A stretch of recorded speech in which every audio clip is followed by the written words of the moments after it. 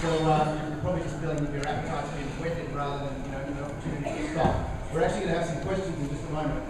But before we get to that, I'm going to take the opportunity to firstly to say I'm Cameron Poster. For those who don't know me, I'm running for Giz's seat, North Metro, at the next state election. So very exciting, big shoes to discuss with you. It's a bit sobering to think this man's been doing this stuff for 40 years and I've been alive for 40 years. I don't mean to say that you're old or anything, but it's an extraordinary thing to get to the end of a 40-year run, I'm sure you agree, and to still have this power and presence and vision and energy. Extraordinary stuff. So thank you so much, Bob, for giving us that tonight.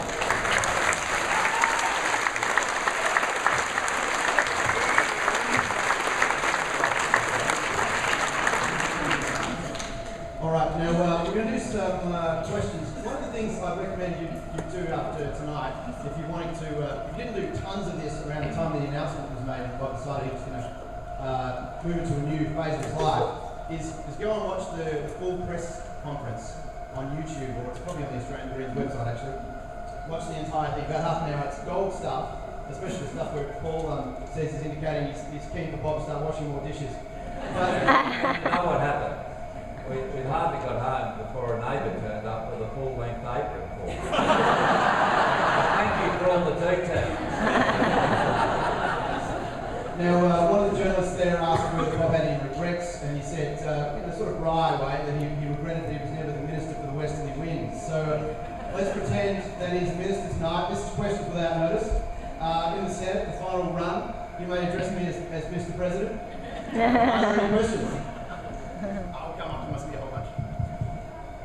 Lovely. Yes, Wayne Lux. Can you hear me? Yeah, sorry. Look, Bob, I've been a swinging voter for a lot of years, and I voted Golf Whitlam in 72 and I voted him out in 75. So I've been around for a few years. And I remember the fight in Tassie. There are a lot of West Australians who supported and actively been involved in the campaigns that you've run. And I've always had two great role models in my life. I think one was Mahatma Gandhi in India, and I think the other one's been Bob Brown. And there's two questions, there's 2 points I'd like to make. One is that we've got an election in West Australia on March 9 next year. Okay, so between independent candidates and Greens candidates, we need to do a lot of work on the ground. We've got to win the hearts and minds of community members in West Australia. And I think your presence here, leading up to the election, I think is very critical to what is going to be the outcome of the West Australian election on March 9th next year. I think that's really important. I think that's something that we've got to take on board and we've got to work very hard to achieve. Independence, Greens, winning balance of power, both houses of Parliament, I think that's critical to West Australia's destiny in the future. And we've got to start work now. We can't start work early next year. We've got to start the campaign now. Yeah. The thing I'd like to ask, Bob, is over your parliamentary career, have you had any, reflecting back on it, are there any things that you would have liked to have seen differently in terms of what you've been able to desire and what you've been able to achieve? Thanks very much. Okay. Well, yes, lots and lots of things. But, here we are. We began with such small beginnings in WA and around the rest of the country, indeed the world. I've just come back with Rachel from the 3rd Global Greens Conference, which is just growing beautifully. But yes, the election's on in March next year, and you're absolutely right. The campaign's on now, and it's what done now that will make sure that Cameron and all the other candidates for this election are there and getting the balance of power. It's a critically important time.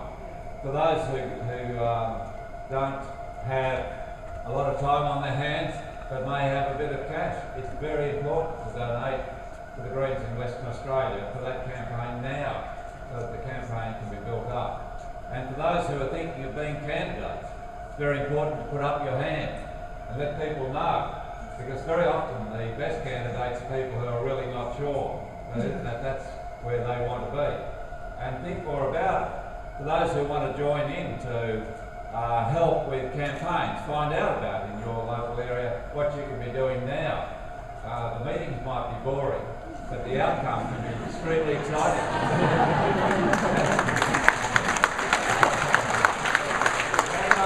And don't forget that the green sticker on the car between now and next March is going to be seen by thousands of people.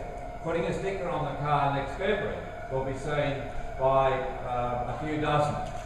That's the difference. Very, very important.